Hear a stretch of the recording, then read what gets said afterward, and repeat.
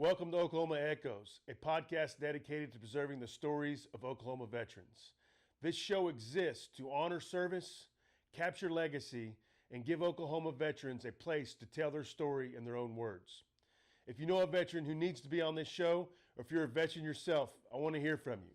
You can email me directly at reddirtveteranstories@gmail.com. If you're new to the podcast world, make sure you like, subscribe, comment, and share. It really helps the channel grow and ensures these veteran stories reach more people. Last but not least, if you believe in this mission and you want to help support these stories and these veterans with a donation, please do so at our website at oklahomaechoes.com. Any and all support is greatly appreciated. Thank you for being here. I hope you enjoy the show, and let's keep Oklahoma Echoes alive. Thank you, and God bless. Today's guest is Master Sergeant Tommy Joe Day.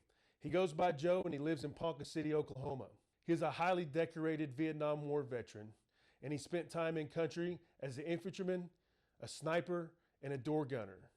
He also spent 22 years in the Oklahoma National Guard, and he's a recipient of several awards, a few being Purple Heart, Bronze Star with a V, Distinguished Flying Cross, and several air medals. In 2021, he was named Oklahoma Legacy Veteran of the Year. We are honored to have him with us today. Today's guest is I owe Joe this, coming to his house. I appreciate you opening up your home, you and your wife, to us to come in. And from my mistake, from coming in and recording for 2 hours and finding out that I didn't record it, that something went wrong. Long story short, I salvaged 1 hour from a company that I ended up paying to do it. And so I owe Joe a trip up here, and obviously I appreciate you doing this and open your home for that. And so we'll just figure out where we need to go. And Okay. and I know the story's been interesting, and we got the second hour. So the first hour, you got to go back. Just tell us about you, right? Growing up in Ponca City. Yep. Where was you born? Was you born in Ponca City? I was born about a quarter of a mile from here, Nice. just right down the road. Born, bred, and raised, Yeah. literally, huh? Yeah, and I went to school in Ponca. I went to grade school at Jefferson, and then I could have gone to West Junior High, which was the first year that they opened up West Junior High, but we'd moved back out to the Osage, so I ended up going to East Junior High. And then I went to high school, Ponca City High School, graduated in 1967, and after... Which the kids would say 6'7" now, right? It's Yeah. And you're, how old are you? 67. 67, 6'7" all the way around, right? The kids are loving this right now. Yeah. Have you heard what 6'7" is? Oh, it's mediocre for 6'7". You say 6'7", they're just like, oh, 6'7". It's annoying, but nonetheless. Did I say 6'7"? I meant 7'6". Yeah. So you're born. You graduated in 67. Right. Born, or you're 76 now. Yes. Okay. Well, 7'6", right? Nonetheless. So Yep. that's funny.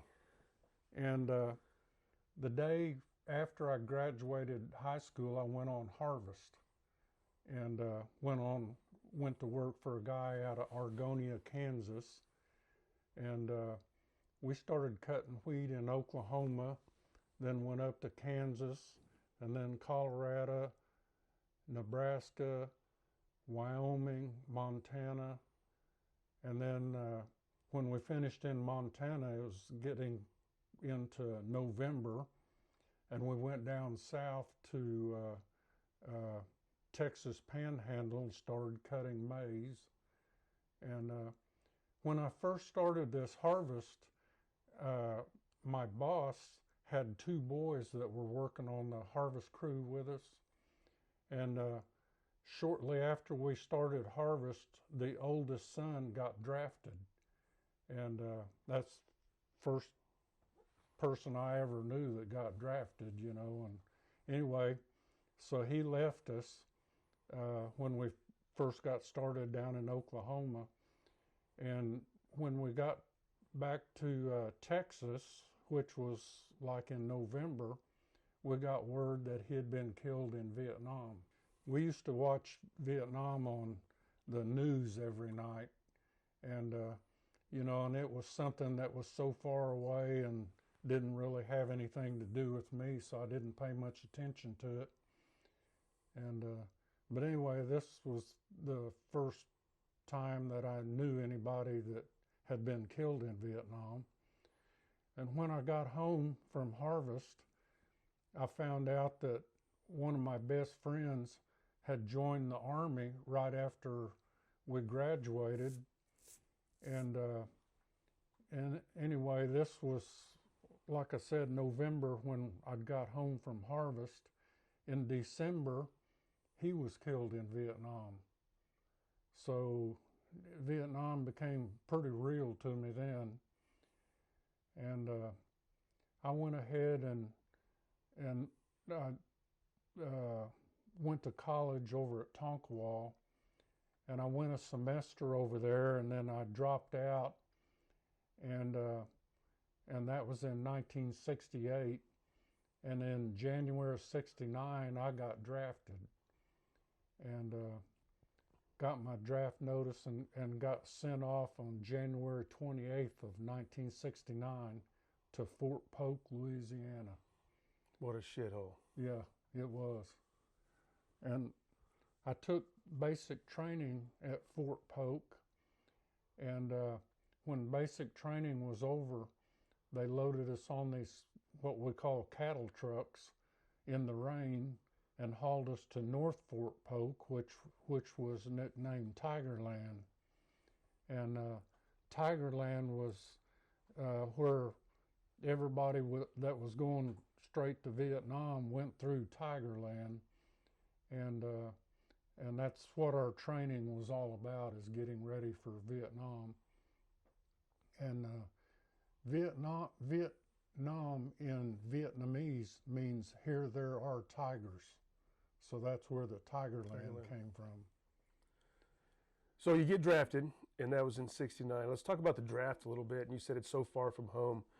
We start talking about, so in Ponca City, Oklahoma, what was, you always hear all these things about, the war and the protests and stuff. Mm-hmm. What was Ponca City like during that time? Because again, the war had already been going on for 4 or 5 years at that point. And so what was people's temperament around here about the Vietnam War?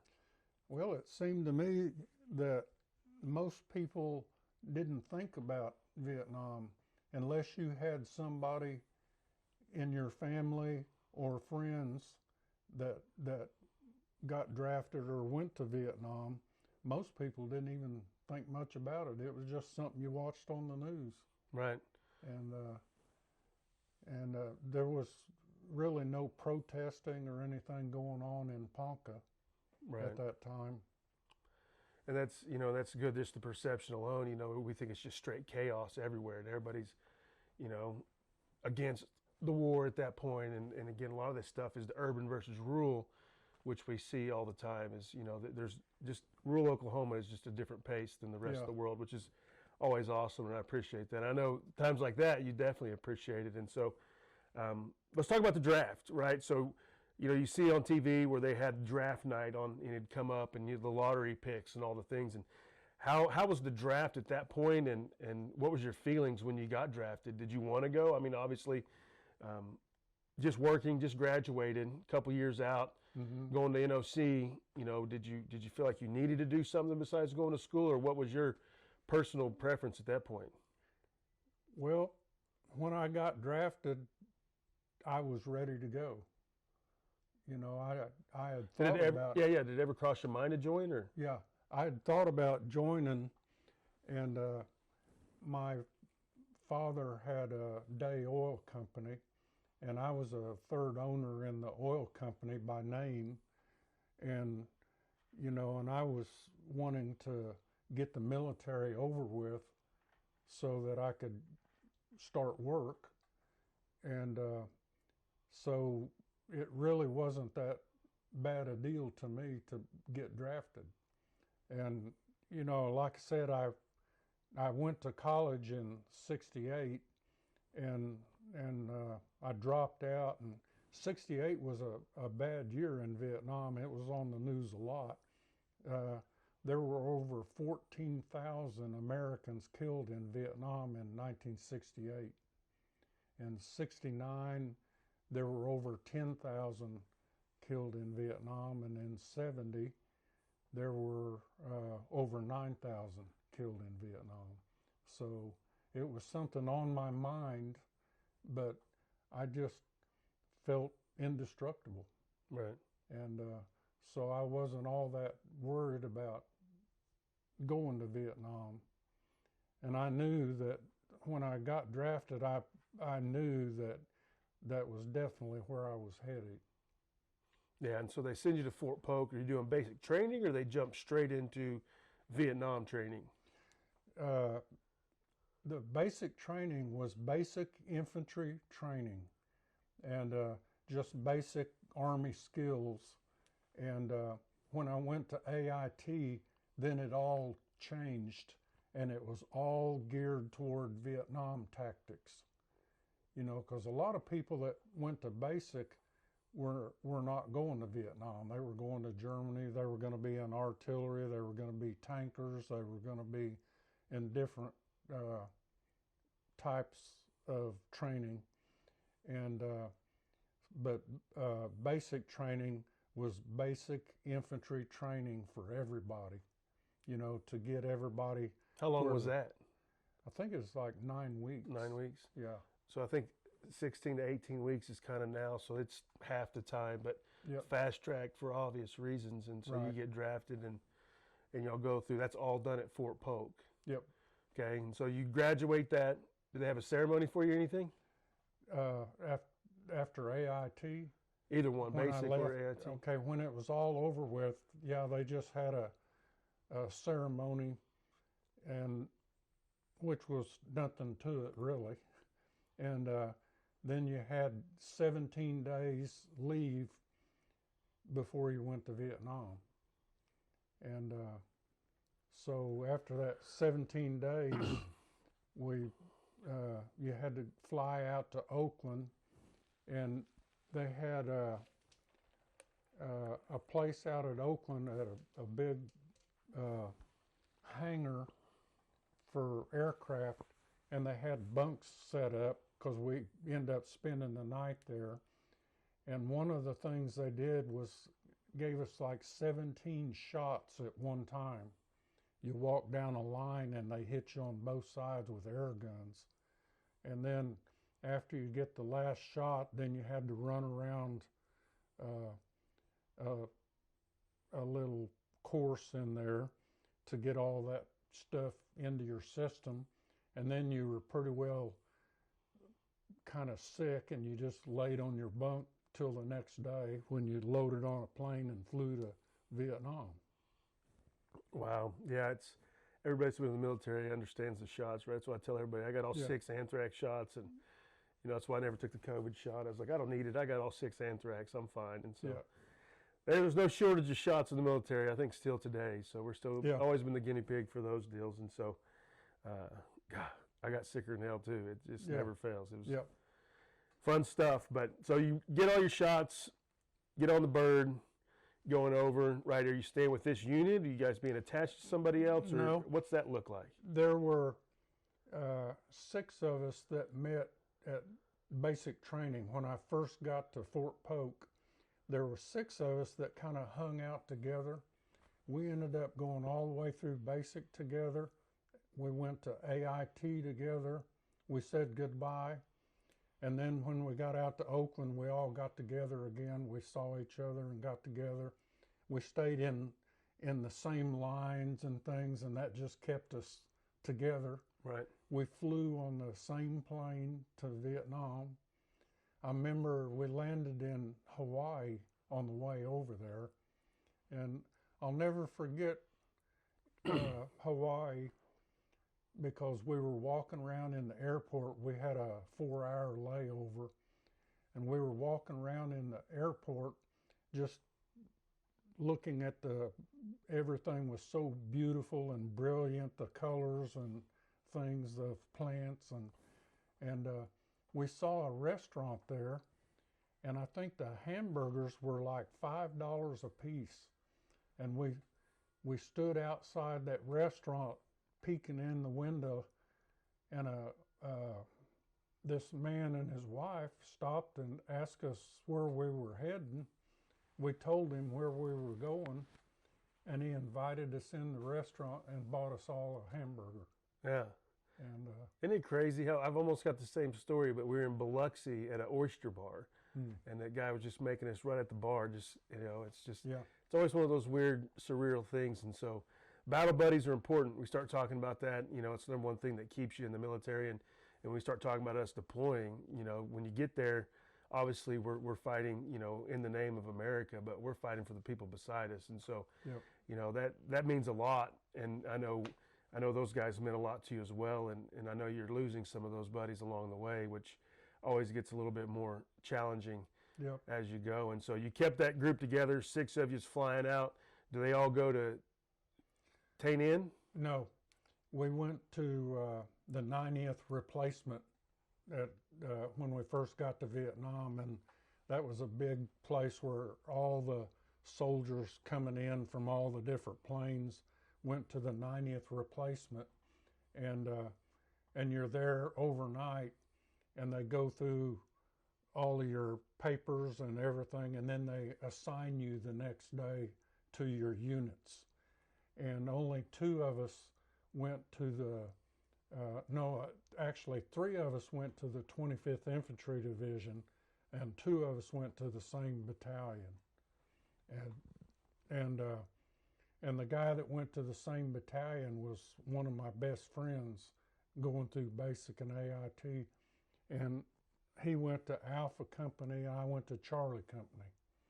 And they were both at Tain In, which was our base camp. Tain In was a province in Vietnam. And there was a city, Tain In City, was the 4th largest city in Vietnam. And Tain In province was surrounded on 3 sides by Cambodia. And it was only 4 or 5 clicks to the border in 3 directions. And then on the other end of that, there was a mountain called Nui Ba Dien, the Black Virgin Mountain. And Nui Ba Dien was a mountain there was an old volcano, and it raised up out of the triple canopy jungle, 3,200 feet. And there were 2 known divisions of North Vietnamese regulars on that mountain at any given time. And that entire area was pretty hot. Tain In Base Camp, where my rear area was, Tain In Base Camp was nicknamed Rocket City. 150 rockets every 24 hours? Yes. Is what you're talking about. And so that's Tain In? Yes. And so did you know you were going to Tain In, and did you have any recon of it before you went, or what was that like? When I was at Cu Chi, when I left the 90th replacement, you got sent to Cu Chi, Vietnam, which was the headquarters of the 25th Infantry Division. Okay. And then there was a group of us that all went to Cu Chi, and they called out your name and told you where you were going. And when they called my name and when they said Tain In, the group of the people that have been there for a while all went, "Oh," and I thought, "Oh boy, that'll be fun." Yeah. So I had a feeling it was going to be a tough place to be. Right. And so you get there on the ground, going to Rocket City. What was it like first days? You just, what's the mission at this point? You're just doing patrols, or? Well, it didn't have a mission at that time. When I got to Tain In, I got sent to my company, Charlie Company, and went through their supply, and I got all of my combat uniforms. At the time that it went to Vietnam, just had the regular fatigues that they issue you in basic and AIT. Mm-hmm. And then when I got to the supply at Cu Chi, they issued us the jungle fatigues and the boonie hats and the And all of the jungle fatigues would have been woodland camo. Was that, or were they solid green? They weren't camo. They were just solid green. But they had the slashed pockets on them. They were a lot lighter in weight than regular fatigues. They were regular jungle fatigues. And anyway, they issued us all of the TO&E, the equipment that we were going to carry, and they issued it to us. And then it was the next day, loaded on a helicopter and went out to my unit, which was at a fire support base. And a fire support base, a lot of people don't know what that is, but it's a fire support base is a forward patrol base that's out in the jungle somewhere. And usually it consists of 1 or 2 companies of infantry and a battery of artillery, which is usually a 6-gun 105 battery of artillery. And this is where you do your patrols from. And you go out on the patrols, and that 6-gun artillery battery supports you. So if you need artillery when you're out there, you call it in, and that fire support base will fire artillery. How far out was it from the base? From Tainan Base Camp, it was probably 10 miles. 10 miles. And the fire support bases are usually interlocking, where the artillery from one fire support base and another fire support base can both hit. So you have artillery from 2 different places. Yeah, that's interesting. They have Starbucks at those places when you'd go out there to those artillery support areas, and it was like a nice fob. You can go in and get coffee and stuff, or is it just a shithole? Just a shithole. Yeah, but much needed, right? Yeah. So that's your only support on the ground. Yep. Me and Zach talked about this at lunch.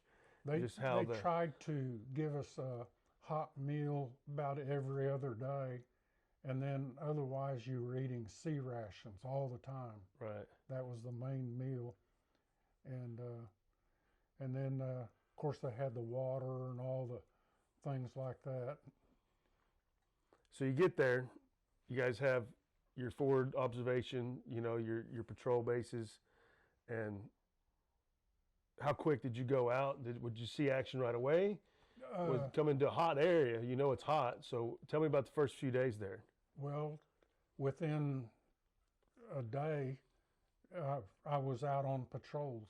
In the daytime, we did what they call recon in force, and which is kind of stupid, because of recon, you don't want to make contact, but if you're doing it in force, you do want to make contact. And it's the same thing when at the first of Vietnam, that same mission was called Search and Destroy. And then later it became a RIF, a recon in force. And then later it became, I can't even think of what it was called after that. Right.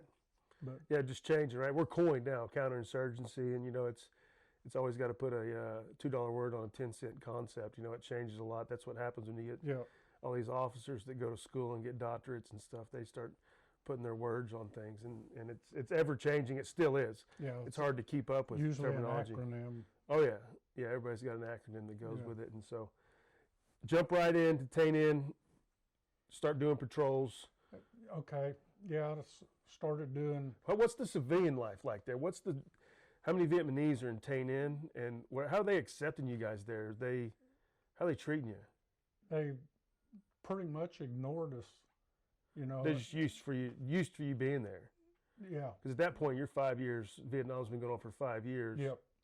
And now they did have out in the boonies, one of the missions that you did was road security, because all of our supplies, or the majority of supplies, come on trucks. And the trucks are out on the highways all the time. Well, the enemy mines those roads. and they ambush convoys of trucks and stuff. What's their number one method of ambush? Obviously IEDs in my era.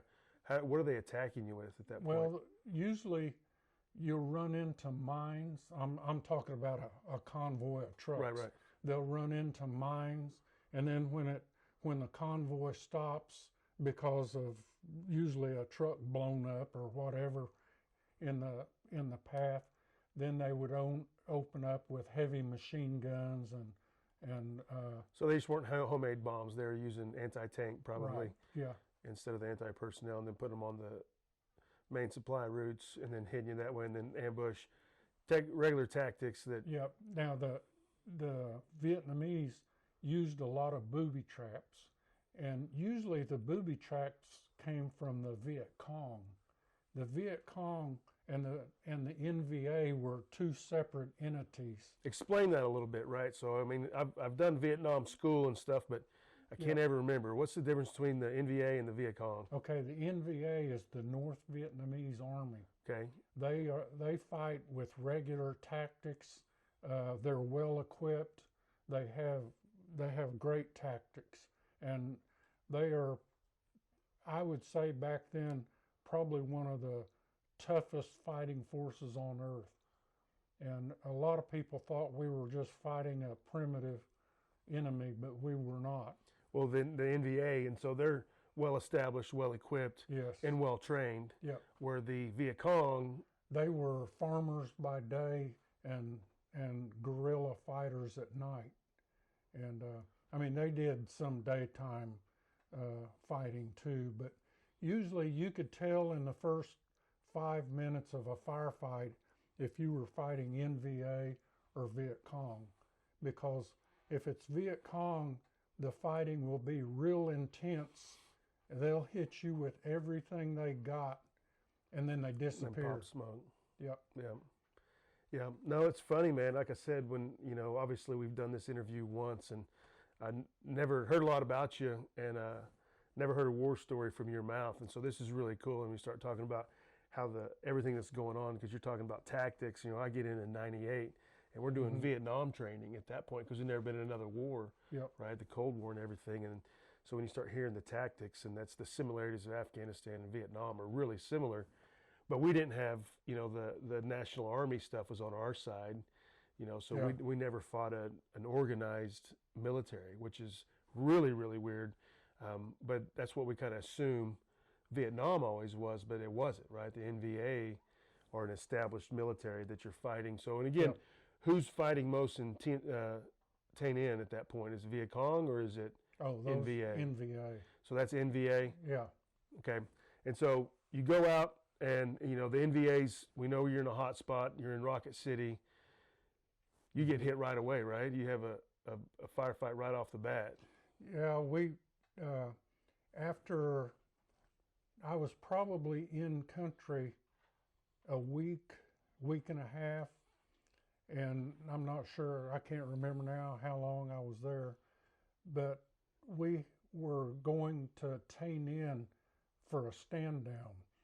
That company that I was assigned to, that Charlie company, had been out in the boonies for several weeks, and after several weeks in the field, they send you back to the base camp, the big base camp, to be able to clean up and get new uniforms, eat real food, and they were getting ready to go in on a stand down. So we loaded on armored personnel carriers, and we started to go to Tay Ninh City, or Tay Ninh Base Camp. But to get to Tay Ninh Base Camp, we had to go through Tay Ninh City. And I didn't notice anything peculiar, but I was told something's wrong. There's nobody on the street. Because normally when you go through a city or a village, everybody's out on the street. They live on the street. They cook on the street. And for some reason, there was nobody out on the street, and I didn't know, because I was ignorant. I was an FNG, effing new guy. Yeah. And so I didn't know what was going on. And anyway, all of a sudden, there were all kinds of explosions. I could see this. I was in a convoy of armored personnel carriers, and I was back a ways, and about a quarter of a mile in front of us, I could hear all the explosions, and there was smoke going up. And the first platoon was almost completely wiped out in the first few seconds of that firefight. And what they think happened is there were 3 regiments of North Vietnamese soldiers getting ready to attack Tay Ninh base camp. And when they saw this convoy of armored personnel carriers coming through, they thought that they'd been detected, so they went ahead and opened up on us. And that's what started the battle. And the battle was intense. Our entire brigade was brought in on this battle in the next 4 days and 4 nights that it lasted. And it was pretty intense. And I was an M60 machine gunner at that time. And I was pretty well lost. I just did what everybody told me to do. And go draw fire, right? Yeah. When you got the hog, right? Yep. Or the pig. Yep. They call it the pig, or ours did anyway. Right. And I think it was after 3 days and 3 nights of fighting with no sleep, I can remember laying down at the corner of a building with my machine gun around the corner with my finger on the trigger, and as I was feeding ammo to this thing, and then something hit me in the face, and I couldn't figure out what it was, and then I realized what happened. I went to sleep and fell forward, and my face hit the ground. And that's how tired I was. Wow. And the adrenaline pumping. What most people don't realize, watching battles on TV and stuff, and everybody I knew had diarrhea, sick at their stomach, and everything while all this was going on. Yeah. And yeah, you don't even put the way you feel as a body, you know, how you're feeling. I thought about that when I went to Gettysburg and watched where these soldiers were come across, how hot it was, record highs that day. And these guys marched miles, right? And it's like, and then you had to go get shot at running across the field, and they're dying like crazy. Yep. And so you're definitely, right, nobody understands that part. You just think, you know, you're a well-trained athlete out there, tons of water, tons of food, and you're ready to go do your thing. Well, you're surviving on nothing, right? No sleep, limited water, and then the stress is overwhelming. It just kind of, you know, that's where that training becomes so important, which is amazing, you know, and kind of, you know, understandable of, you know, a lot of the things that we had. It takes years of training when you start talking about muscle memory. Mm-hmm. And so when you're throwing a bunch of people into a combat zone that's heavy, you know, that's, you're not saying that attribute to all the casualties, but I bet it didn't help.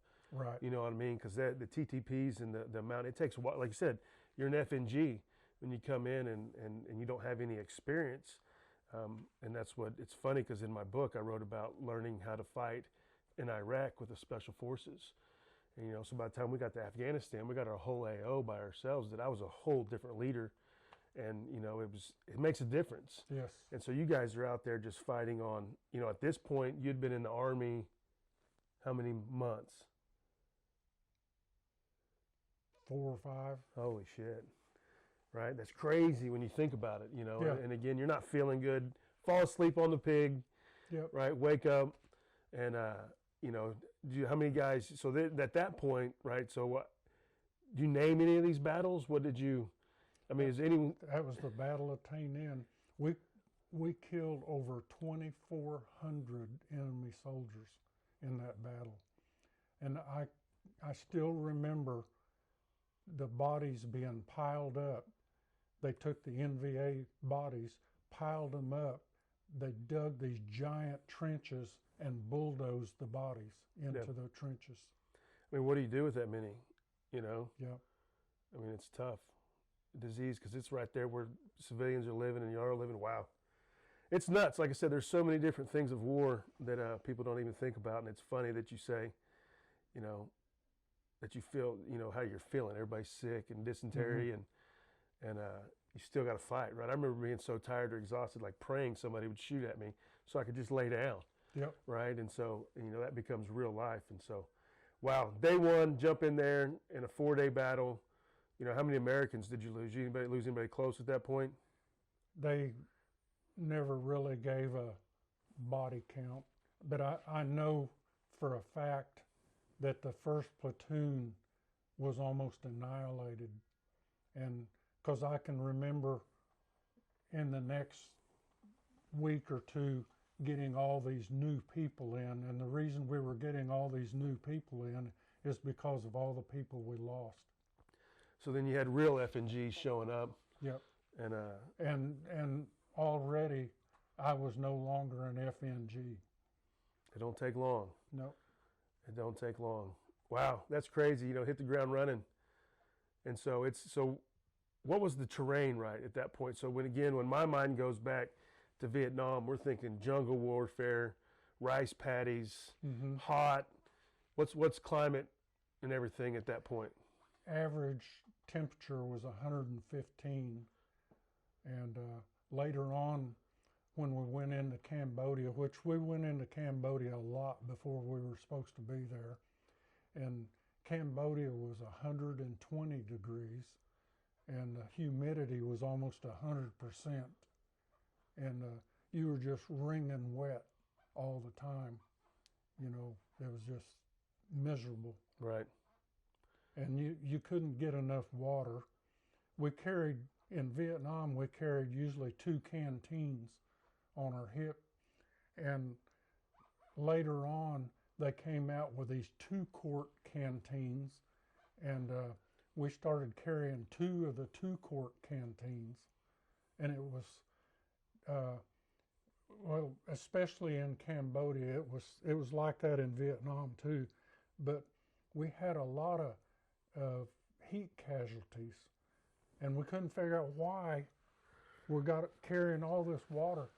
Found out people were not drinking the water, because if it's 115 degrees out, the water you were drinking was 115 degrees.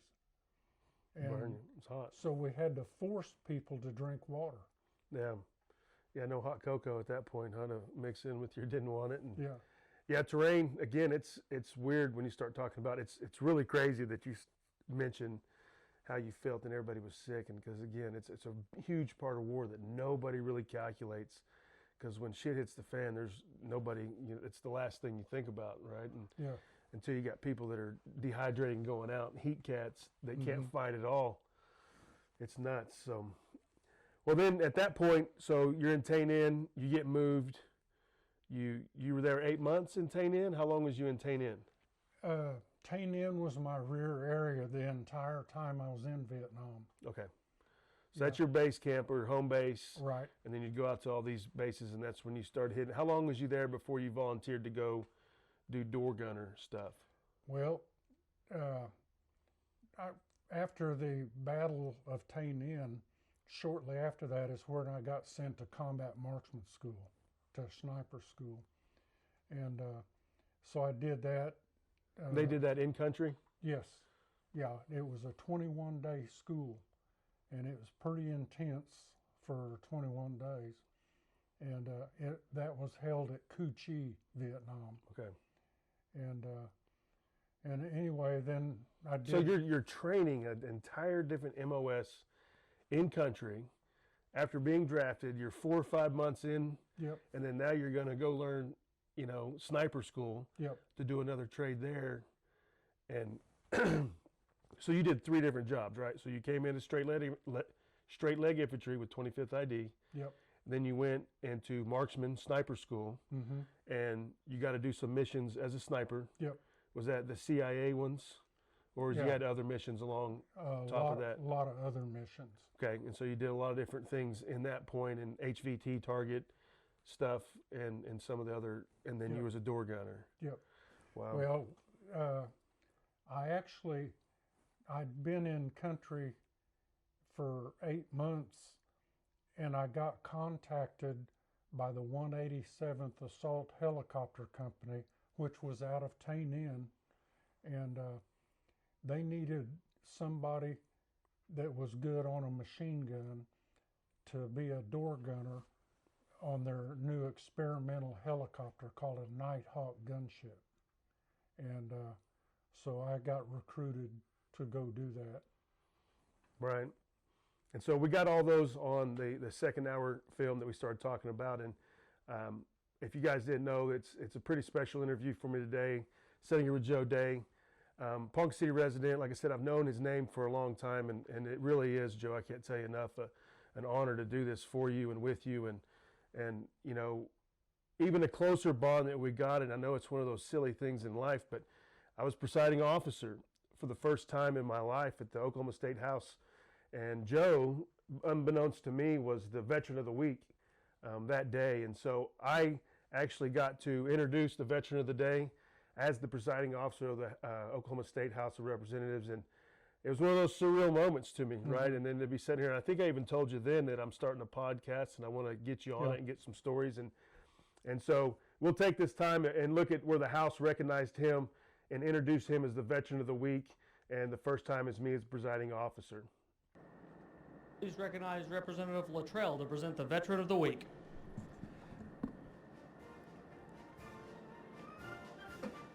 Representative Luttrell, you're recognized.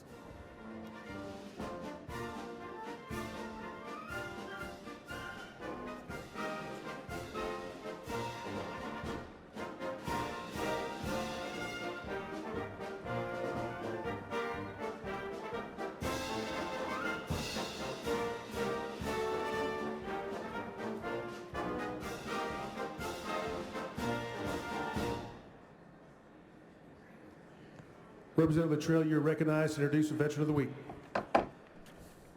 Thank you, Mr. Speaker. Members, 2,709,917 troops served in Vietnam. There are only 850,000 left today. The VA estimates that we are losing 500 Vietnam veterans every day. March 29th is National Vietnam Veterans Day, and next month marks the 50th anniversary of the end of the Vietnam War. So it is especially fitting that today we have the privilege to recognize and honor a great longtime friend of mine from Ponca City, one of the most decorated veterans in the state of Oklahoma, retired Staff Sergeant Joe Day. Mr. Speaker, would you have the clerk read the citation, please? Clerk will read. Whereas Tommy Joe Day, a resident in Ponca City, Oklahoma, joined the United States Army in January of 1969, and whereas Tommy Joe Day, Master Sergeant Day, served with distinction during the Vietnam War as an Army sniper and concluded his service with 4 months as a door gunner on a Nighthawk gunship. Following his honorable discharge from the regular Army service, he joined the Oklahoma National Guard, where he served for 22 years, ultimately retiring as a Master Sergeant. And whereas throughout his career, he was highly decorated for his courage, leadership, and dedication. His awards and decorations include the Combat Infantry Badge, Combat Aviation Wings, the Distinguished Flying Cross, the Bronze Star Medal for Heroism, the Purple Heart with Oak Leaf Cluster, the Air Medal for Heroism with 7 oak leaf clusters, the Army Commendation Medal for Heroism with 2 oak leaf clusters, the Army Achievement Medal, the Vietnam Campaign Medal, the Vietnam Service Medal with 3 major campaign stars, and the Vietnam Cross of Gallantry. Additionally, Master Sergeant Day served in Germany with Her Majesty's service in the British Army, further reflecting his international service and commitment to duty.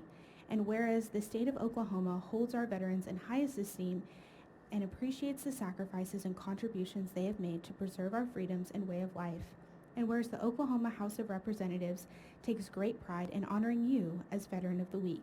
Now therefore, pursuant to the motion of Representative Ken Luttrell, and the state of Oklahoma extends to Tommy Joe Day sincere commendations and directs that this citation be presented. All right, so now you're in Vietnam for how many months before you leave? 12 months. So you're there for 1 full year in Vietnam.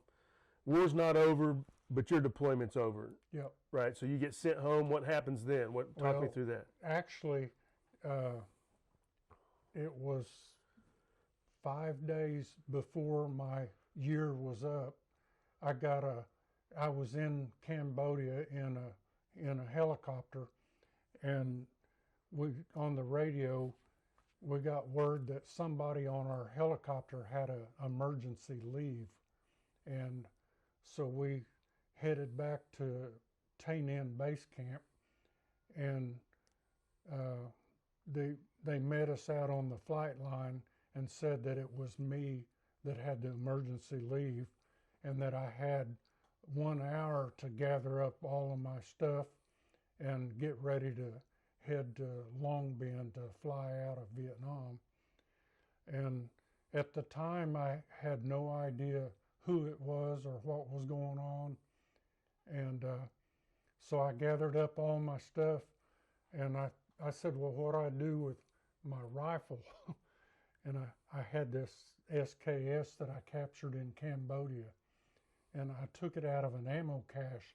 It's brand new. It's never been shot. And anyway, they said, you can carry it home on the airplane. I said, the civilian airplane? Yeah. They said, oh, yeah, no problem. And which is a lot different than it is today. Yeah, no doubt. For obvious reasons. Yeah. I brought an antique one back, and they wouldn't let me. They made me check it. I had to mail it home, so Yep. it's pretty cool. Yeah, and so you get American Red Cross message. Yep. And obviously you don't want that.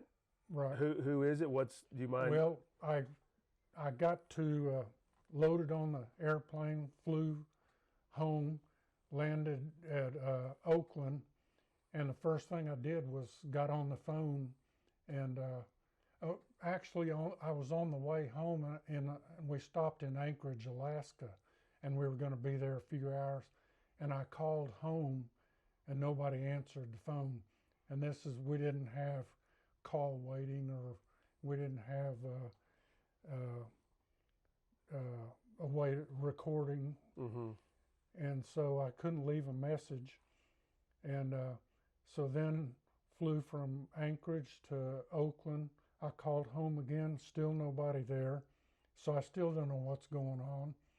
I went to the airport. They had a plane leaving in about 10 minutes, so I got on the plane, flew home, landed in Oklahoma City, got on the phone, called home, nobody answered the phone. I went to the bus station. They had a bus leaving in about 10 minutes, and I got on the bus and came to Ponca City, got a taxi, took me up to my house, got off the taxi about the time my mother was pulling in the driveway. And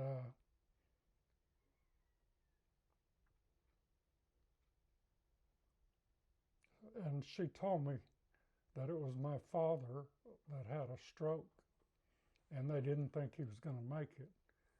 And so anyway, we went straight to the hospital, and he saw me, and he got better from that point on.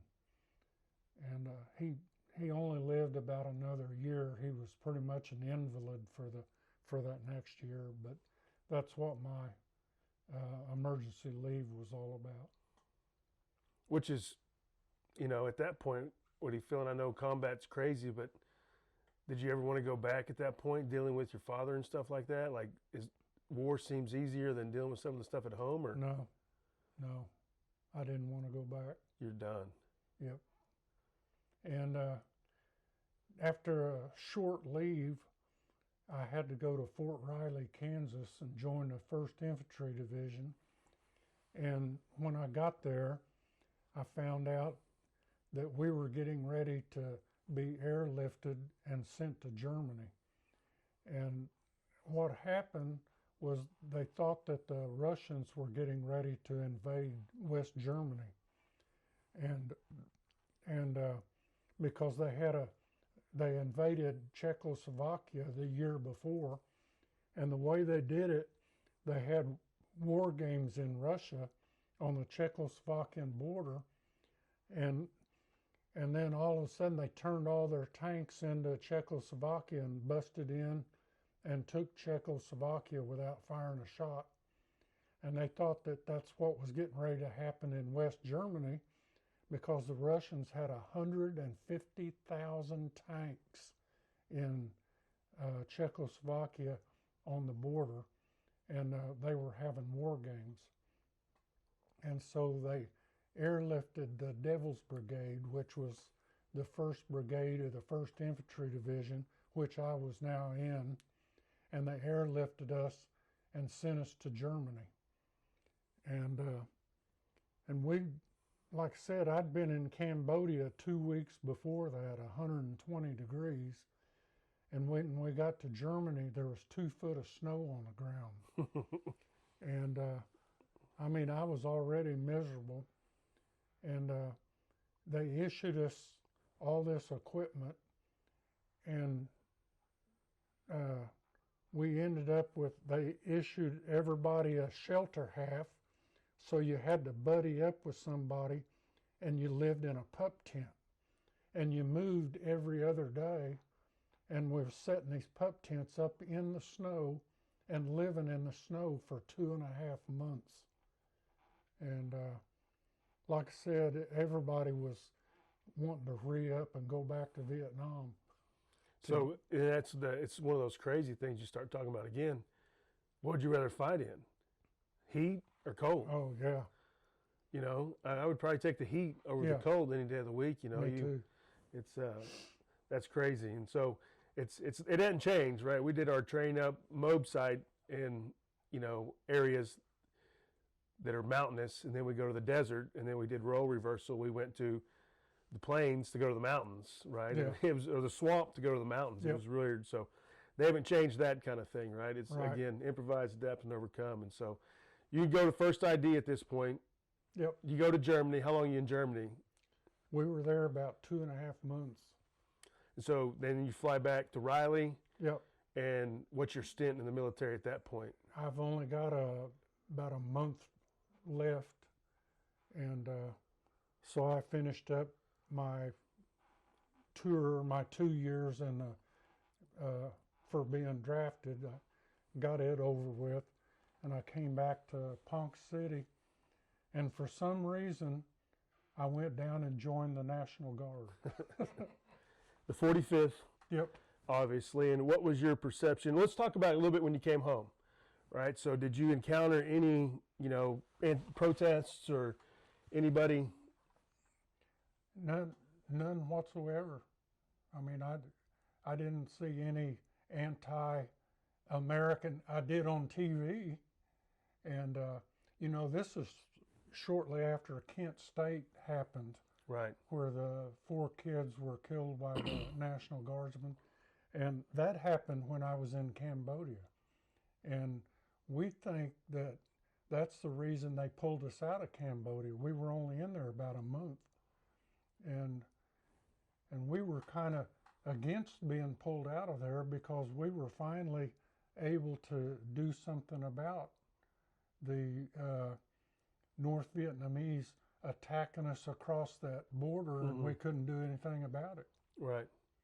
Yeah, they So- knew that line, Mhm. and they could play back and forth with Yep. you guys were trying to play by rules, and they weren't. And so, yeah, it's another thing. And so what's the Guard like at that point, right? So in my book, I talk about, what year is this? 69?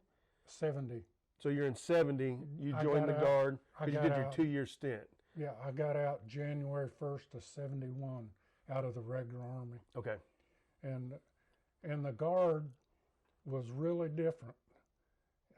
They put me in a scout platoon, and it was a whole new world to me. I mean, they'd go on patrols without operation orders, and it was just a completely different military than I was used to. It was a lot more lax, and I don't know, it just didn't seem real to me. And as time went on, it got much better.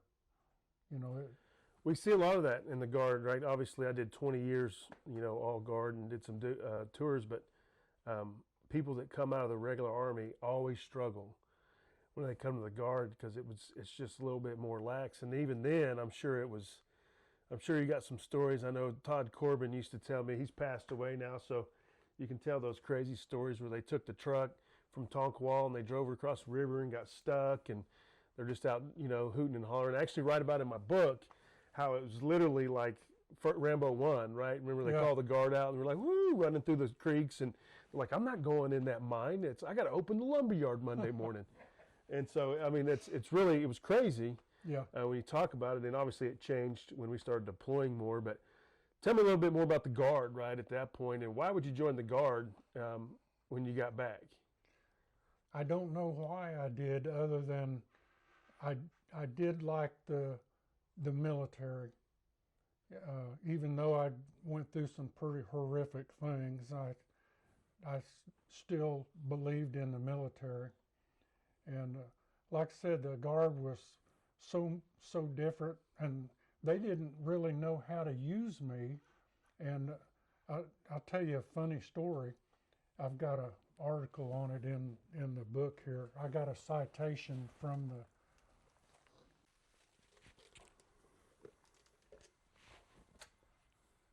this is certificate from Joseph Rule, the commanding officer, 1st Battalion, 179th Infantry.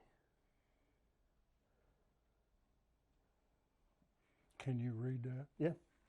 By completing his assigned mission with initiative, ambition, and self-discipline during FTX at annual training 1972, Sergeant Day was assigned to the mission to penetrate the enemy's lines and gather information. He was located in a tree within the enemy's area when a fire broke out. Leaving his observation post, he helped fight the fire and then returned to his post without being noticed as not belonging. Shortly after, he captured the enemy battalion commander. This award is presented for him for his aggressive attitude and dedication to duty, given under the hand this 23rd day of September, 1972. Commanding Officer Rule. That's awesome. That Rule, or our battalion commander, that was his brother that I captured, who was the battalion commander of that 180th awesome. or something. Right. Yeah, 179 still leads the way, dude. It's like, it's still crazy.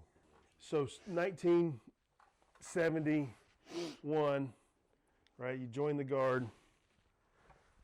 How long did you spend, how long was you in the Guard? 20 years. You did another 20? Yep. Or just straight 20 there? It ended up being 19 something. I came down with insulin dependent diabetes and had to get out. So, but I already had, I think I ended up with 21 and a half years total service. So you got, for Agent Orange, again, we didn't ever talk about that as far as coming back, chemical warfare. So obviously Agent Orange. Yep.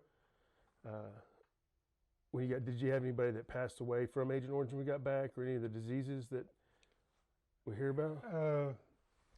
I've known a lot of people. I mean, I can't even think of the names now, but there's a lot of people that have died from complications of Agent Orange.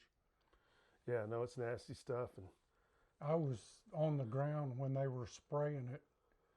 I was actually in the jungle when they were spraying it. We could see the planes, and we thought this was a good deal. Right. And turns out it wasn't. So why were they spraying it anyways? It's a defoliant. And the jungle, the area that I was in had what they call triple canopy jungle. It's so thick, the jungle's so thick that it's grown over like 3 times, and it's even dark down in there. And going through that jungle, you got to hack your way through every inch of it. And anyway, the enemy had so many places to hide, and we just couldn't find them. You know, they could hit us and then disappear in the jungle and couldn't find them. So they decided, let's just kill the jungle. And that's what Agent Orange was a defoliant to... So it wasn't used as chemical warfare against troops. It was actually doing the foliage, trying to get rid of the canopies. Exactly. Wow. I didn't even put two and two together on that. That's Well, did it get rid of the... They said that's the most devastated piece of real estate on the face of the earth because of Agent Orange. That'd be interesting to pull that up and see what pictures of the areas that were hit by Agent Orange right afterwards. Huh. Yeah, again, I thought it was chemical warfare that they were using on us. I wasn't even tracking. No. Golly. Huh. That's interesting. So you did 20 years in the Guard. Anything crazy there, right? So they don't know what to do with your skills, right? You come back as a sniper, door gunner, you know, a glorified infantryman. Don't need to prove anything to anybody else, and the Guard didn't know what to do with you. Was you in Delta 179, or where was you at? Well, it was a combat support company at the time, a scout platoon. That's what you said. I ended up running, I was platoon sergeant / platoon leader of the scout platoon for off and on for 9 years. So I did just nothing but scouts. And then it became Alpha Company. And then after Alpha Company, it became Delta Company. And I think it was Delta Company when I got out, except I transferred to Stillwater and was the Op 3, or the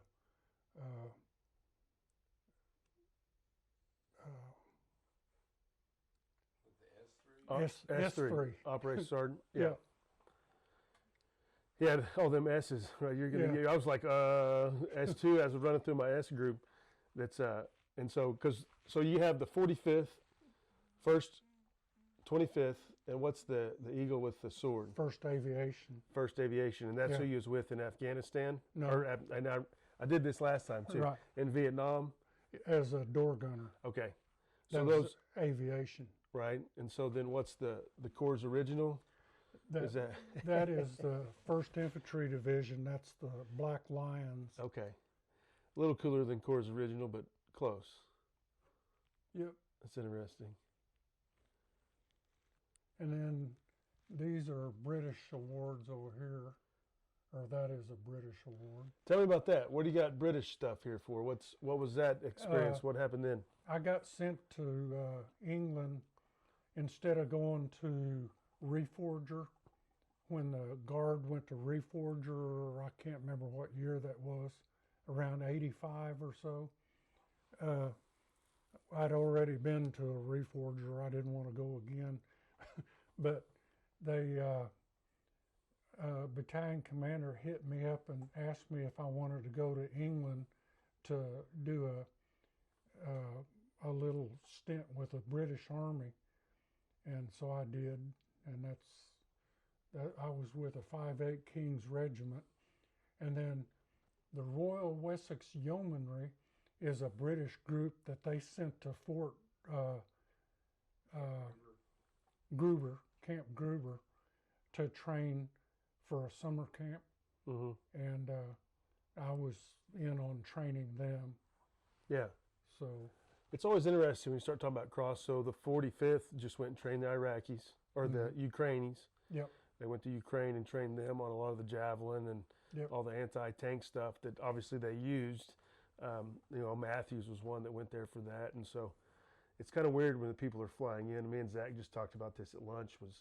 He was actually my section leader, and we captured some Australians in Fort Polk, Louisiana, doing AT.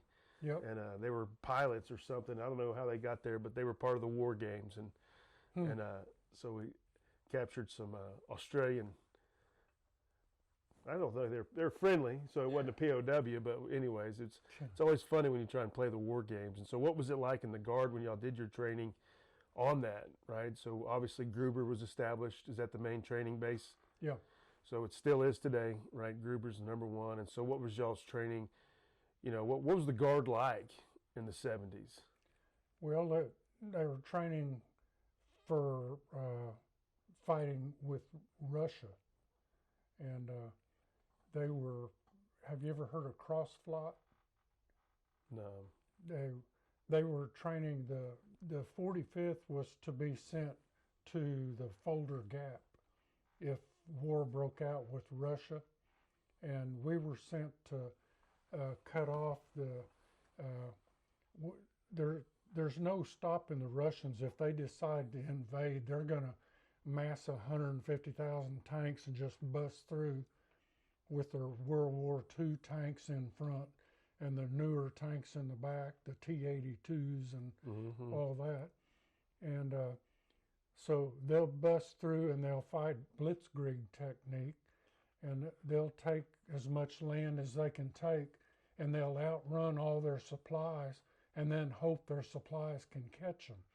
The 45th would be dropped in behind the first echelons of the Russians and stop that. Intercept their supply lines. And that's what our training was like. Obviously, didn't get to do that. No. But it would have been cool. Yep. That would have been a hell of a mission. That would have been fun. It really would have been fun. So did you ever deploy with the Guard? Did you do active? What'd you do? I did tornadoes. Yeah. And I did Connors Correction Center. Tell me about that. What I'm not familiar with that. What's the Connors? Connors Correction Center is over by Hominy, and the prisoners rioted and started the place on fire and were burning down. This was a very modern prison, had all new stuff, and the prisoners were tearing it up. And so I got a call to gather as many guardsmen as I could and get over there and meet with the highway patrol and help them out because the Connors was being overrun. Who deployed you on that? Who sent that? It was a battalion. So battalion calls you Right. and says, just gather up some boys and get to the prison. Yep. And just link up with OHP. They sent us to the armory and had the armor and everything, open up the armory and get all the stuff that we needed. And here's the $1 million question, because they don't give us any ammo. Today we've been on several missions and we don't get ammo when we do these SAD missions. Did you get any ammo draw when you got that? I had ammo. You had ammo? Yeah. All right.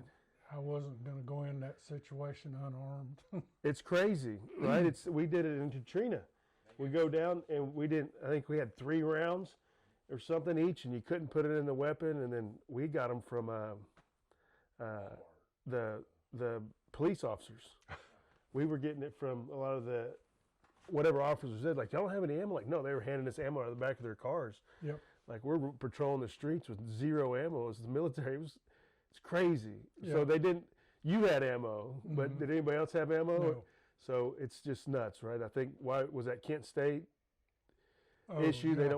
They didn't give us ammo no more, the National Guard. It's Because it happened in Ohio. Yeah. How many people did they kill in Ohio? 4.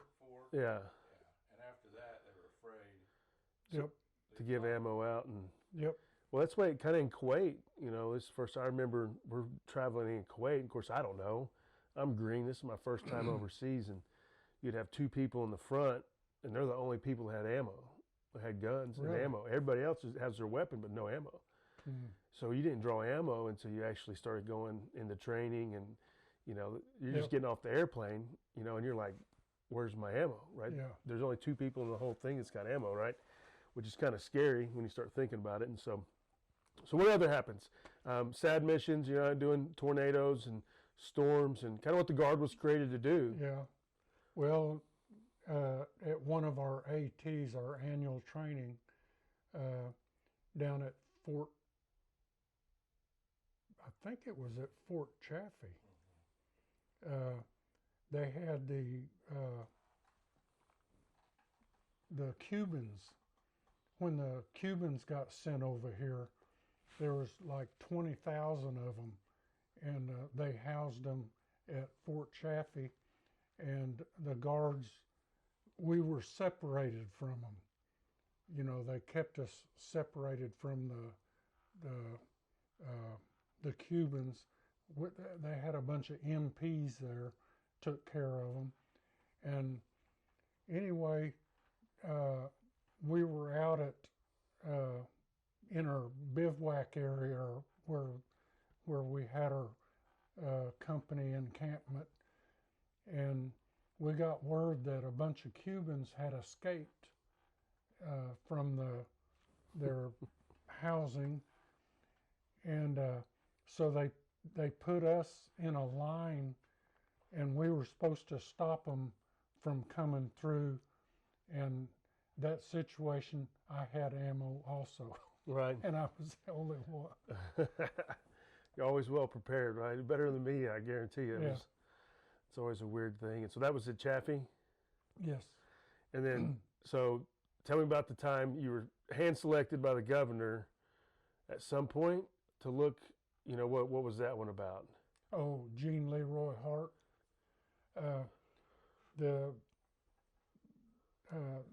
There were 3 Girl Scouts killed at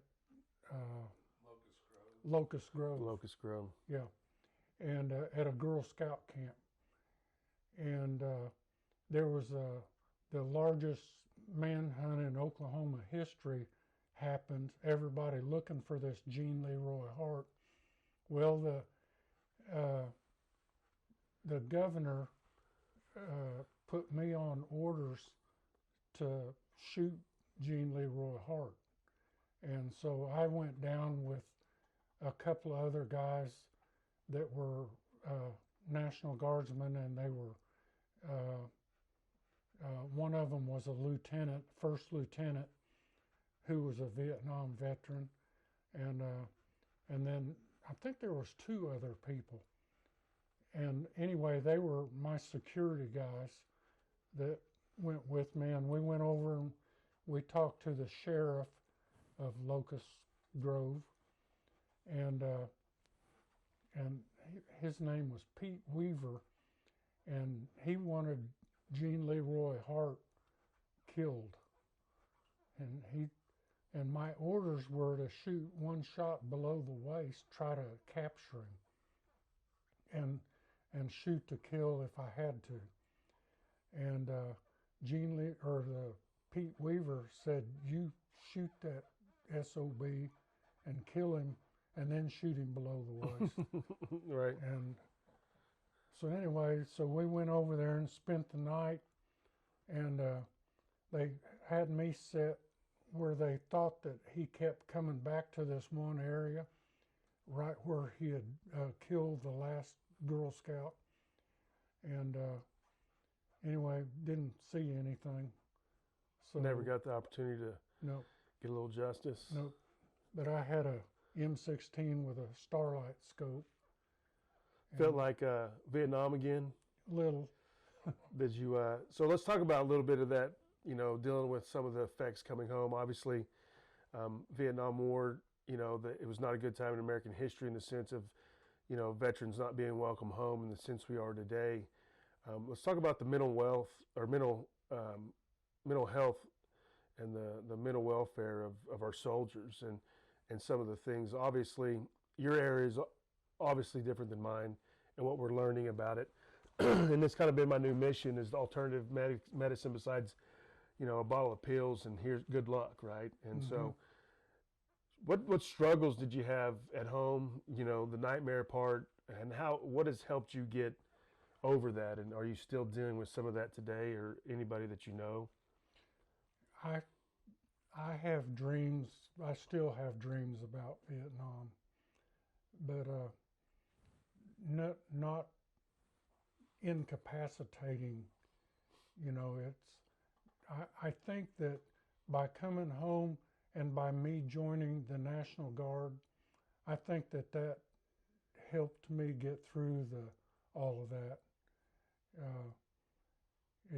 It's like you use all of your experience in training your troops, and I think that helps you, where you weren't just out of Vietnam one day and then back on the street with no help or anything. I didn't really have problem with it, and still don't. Well, I think I heard a story once, and you might be able to confirm, deny a little bit, of some higher command when you drove by at one point, and they said something to you, and I think you got out of your Jeep and came up there. Does that?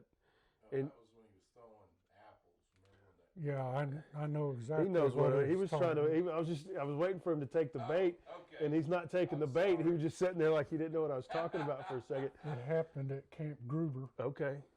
and like I say, I was with the scouts, and we'd been out the entire.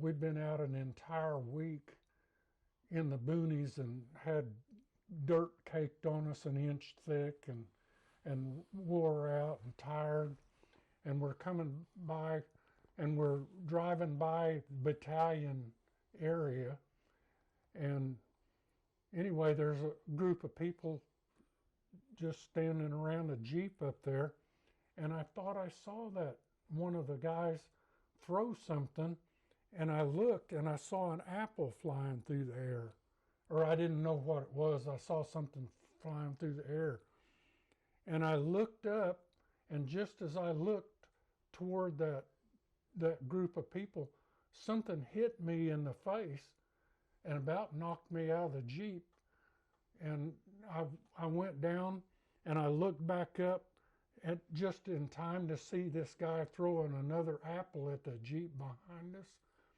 and I just hollered stop to my driver.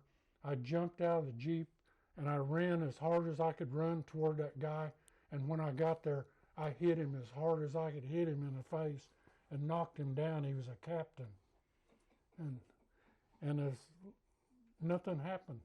You got crunched a little bit, huh? Yeah. That's funny. That had nothing to do with, flying off the hinges or, being that's funny. You'd be crucified today, I'm sure. Probably. It's that's funny. So that's all guard. That's all guard. That's at Gruber. It did 20 years. And so when did you officially retire? Was it 91 when I retired? I don't remember the year. But I think it was 91. And the last AT that I went on was down at Fort Hood. And my blood sugar went so high down there that I went almost blind. And I came home, had to get a ride with somebody, and came home, and I realized that there's no way I could keep doing this. Right. And they actually knew that I had diabetes for a year or so before I actually quit or got out, and they were kind of covering for me, but I just couldn't go any farther. Right. Retired a master sergeant. Mm-hmm. And then, did you do anything afterwards? Guard, you took your civilian job. Was I still working back then? Yeah, I was. Yeah, I went back to work. I worked at Continental Carbon Company, Carbon Black. Right. And I was out there for 24 years. And they actually had a lockout. It's like a strike by the company. Right. And locked out all the employees. It was what happened. A group of Taiwanese bought our plant, and They thought we were making too much money, so they locked us out. Wow. Longest lockout in U.S. history. Yeah. Wow. Well, that puts us to your retirement. Again, I can't thank you enough for your service, for allowing us to come in here and do this. Like I said, it's been an honor to kind of get out there and do these, right? You're my first Vietnam veteran. I'm trying to get more Vietnam vets in because, again, you know, you guys are getting old. Yeah. You know, the Korean War vets, and obviously the World War II, there's, I mean, hardly any. There's a handful. Right, and so that legacy is just passing, and, you know, obviously I'm 40, just turned 47 December 7th, and, you know, I'm old, but I'm still a pup to all you guys, and so it's always fun to get around everybody and talk about how, no matter what the age gap difference is, war bonds people together from any generation. I found that out with Gary Vance, who's the commander of VFW, and he was in Vietnam, and he was a pilot. And so again, it's just one of those weird things that brotherhood that you hear about, and it's real. And so I really appreciate it, and I appreciate your stories, and hopefully we can do you some glorification, if you will, and let your legacy live on. And I can't thank you enough. And anything else, Zach, that you think that he missed? And I can't thank you enough, Joe. I really do appreciate it. Thank you. It's been good. Thank It's you. been good. So.